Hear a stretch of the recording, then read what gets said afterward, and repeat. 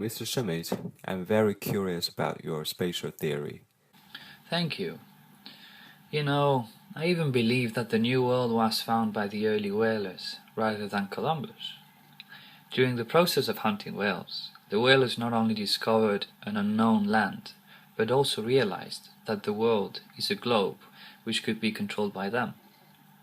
Also, the process of hunting whales enabled them to be a real marine animal. They cultivated a brave and masculine sailor spirit and significantly became son of the sea. Like the person next to me, having survived in a barren island for years, Mr. Robinson is a real warrior.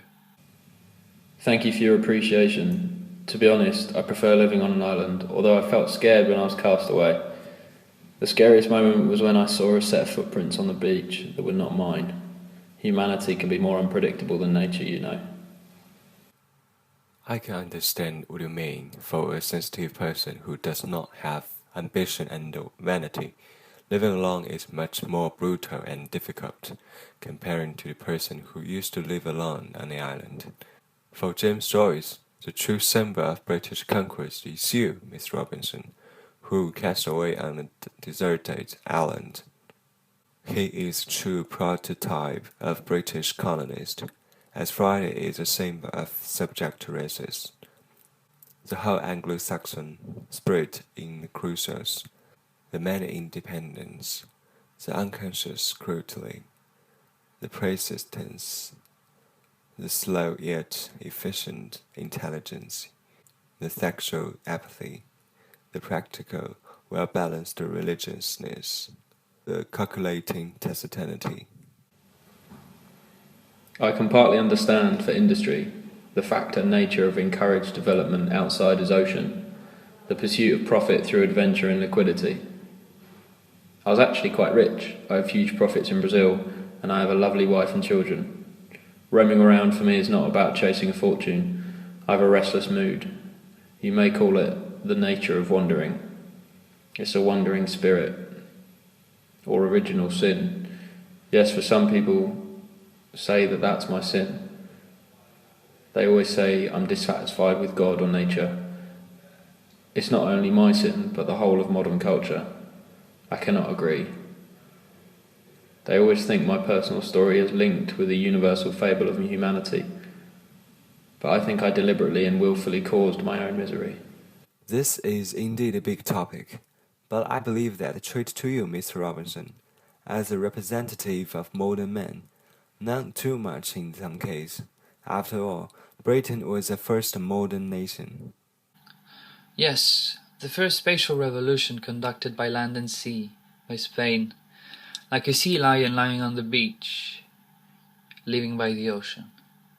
In the world, only English people followed the call from the ocean, resolutely decided to transform themselves into ocean nation. But in the time Mr. Robinson adventure, the British haven't completely standing out. What happened at the time?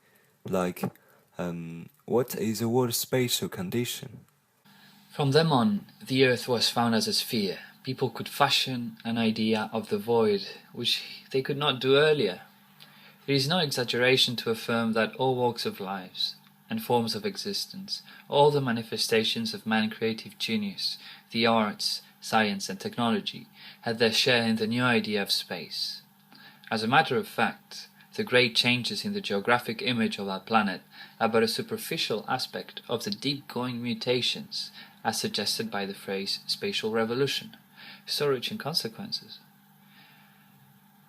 What by turn has been called the rational superiority of the Europeans, the European spirit and Western rationalism, has had an irresistible impact ever since. It extended to the nations of Western and Central Europe, destroyed the medieval forms of human community, set up new states, fleets and armies, invented new machines, and subjected the non-European people to their will. To the latter, it gave the choice of adopting European civilization or being reduced to mere colonies of the former. What happened with the United Kingdom after that? How did they jump out of the box and become the first modern state? The so-called concept of modernity in the 19th and 20th century is derived from this nautical and geographical discovery of spatial revolution, rather than from the so-called Renaissance for the initiative of individual ideas in the 16th century. Before that, from the perspective of spatial order, the concept of a sovereign state is the concept of the land. That is, the concept of a continental country. The state is a territorial delimitation, wars between nations, but also to compete for territory. But only from the viewpoint of the sea, that kind of country close with boundaries opposite concepts of space was revealed. The kind of freedom, that is, getting rid of the shackles of the national spatial order. National boundaries cannot cross oceans, which became the authoritative international politics and international law concept of space, along with the concept of sovereignty and maritime law occurred. There were changes of modern war theory. War between the Netherlands, the UK and Spain, Portugal, the right to compete for sea carried out.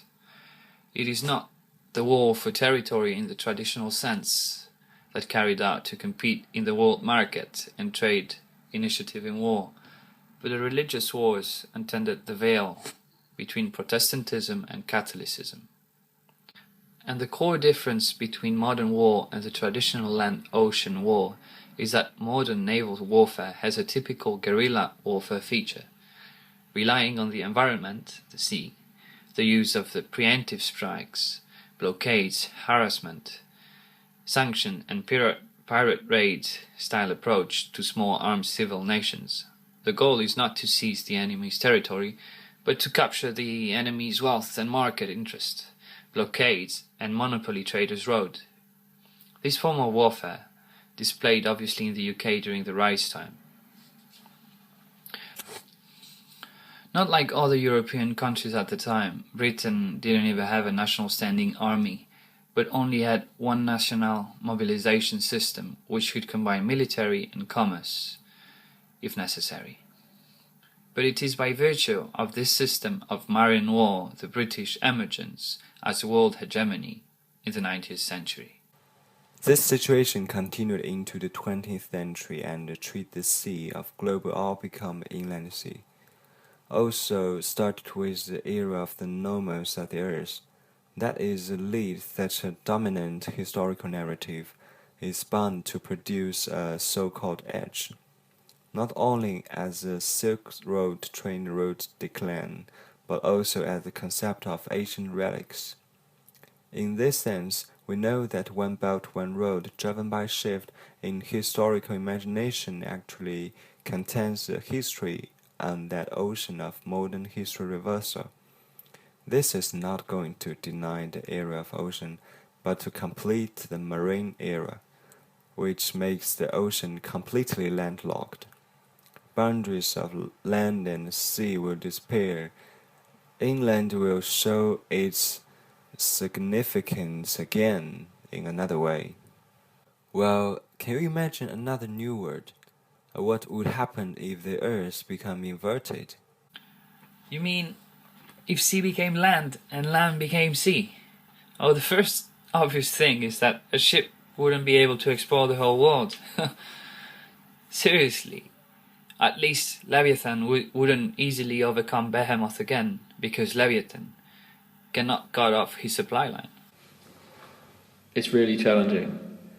I'd be less enthusiastic about exploration, I think, if I could see the other side. There would be less reason to explore. It would be a boring planet. It might be the reason why it is called the Earth.